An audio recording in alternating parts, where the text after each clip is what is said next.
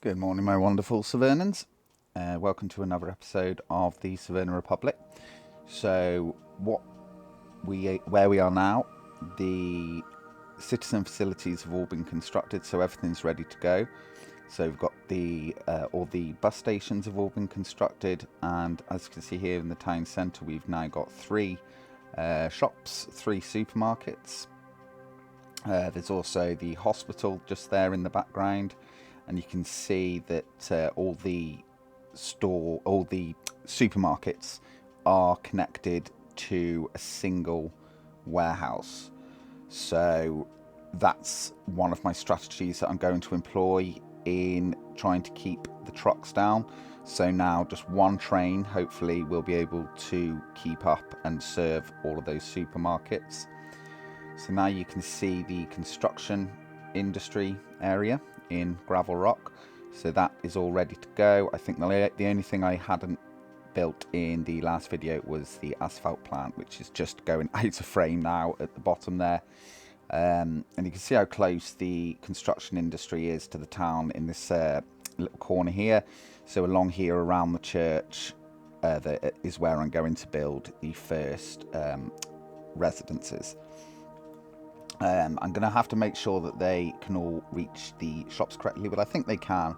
I think they should be okay, and I will obviously also have the buses running as well. So here is a vast area where there will one day be all the residential buildings. I've got the police station and the hospital there. Police station just going out of frame now. And just outside then we've got the refinery and the heating plant, and then on the shore there in the distance you can just see the port there, and just coming over the oil field again, just to give you an idea of where everything is in relation to each other. The construction industry, sans the workers, is ready to go. So the first thing, after I've obviously got some workers and things are up and running, will be to build a food factory, clothing factory, and a livestock farm. Because once you've got all those bases covered, you're pretty much, you're off to a good start then. Because obviously this is all very expensive, and it's needing to be paid at the moment out of the national coffers, which at the moment aren't really increasing. We are exporting a very tiny bit of oil, but I will go into more detail on that later on in the video. I like to try and keep everything centralised as much as I can, so that the citizens aren't having to walk to one place, then walk to a completely different place, and then walk to a completely other place, because that's a lot of route finding. So I try and keep all of the citizen facilities all together, especially if they do similar things as well. So your schools, kindergartens, blah, blah, blah. Try and keep them together. This is a strategy I'm going to try in this game, instead of using landfills to try and keep the amount of pollution down. I am going to export my garbage using these two barges here, although I don't know how efficient that's going to be, and we might end up having to use an incinerator plant. But I really don't want to use landfills, because they do cause a problem later on. What do you do? Eventually you're just going to have an island of landfills. So I'm going to try and do it this way. If it's too impractical, then I'm going to have a look at it again, and we're going to have to reassess. So yeah, that's something that I've not tried on a large scale before, but we'll give it a go. So I was thinking what I could do is I could set up multiple garbage ports all around the island as the town expands, as the Republic expands, to then try and maybe that will offset any inefficiencies with using boats, because I don't tend to have multiple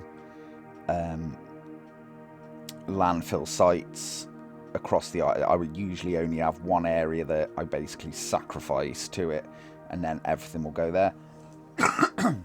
Excuse me. But then obviously that causes, you know, you then have to build an incinerator, which I probably will have to do something like that eventually. Or maybe I could actually, yeah, maybe I could build the incinerators straight away, and then I'm only having to export. What? Yes. That's a good idea. I'm going to do that. Yeah. So I'm thinking on the fly here. Yeah, I'm going to do that. I'm going to build an incinerator, and then I will export what comes out of the incinerator. But we'll do that in the next video.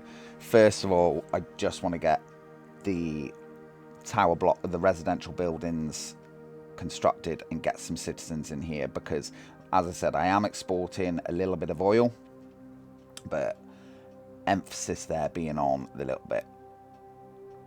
So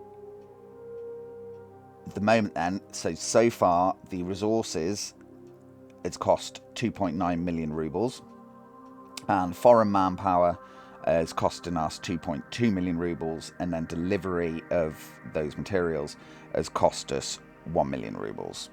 So altogether that's 6,679,308 rubles that we've spent altogether. But I have also imported those 2 barges, which have come to vehicles. So they were, and the tankers for the oil. So that's 721,000 rubles. We've had nothing off the west. We've only exported, so we're actually in the credit with the Western powers. So yeah, I'm going to go ahead. We're going to get the citizens moved in. I'm going to get them all settled.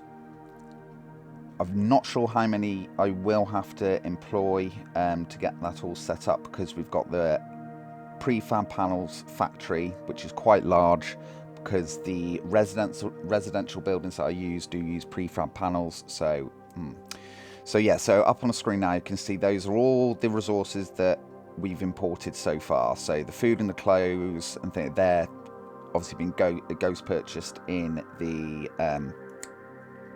stores. So most of it, as you can see, is construction materials. So we've got steel, gravel, concrete, mechanical components, asphalt, bricks, yada yada yada. So all of those sorts of things, other than the roads, which I don't tend to build my own roads. I do use cash to build the roads. It's because it's just so much quicker. And the annoying thing with roads is that you have to remember to keep on going back and checking it, because they aren't necessarily always picked up by the construction